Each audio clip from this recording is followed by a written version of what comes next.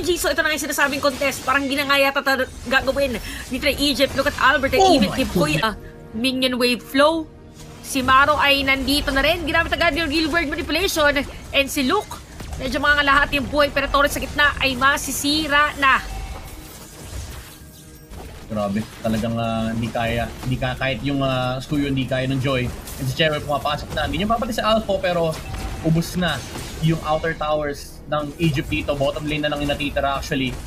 Pero may mga Lord Wave pang papasok siya, Tel. Oo nga eh, parang masira na rin yata yung Torres this way bottom lane anytime. Merong flicker si Kiboy merong flicker si Kiboy.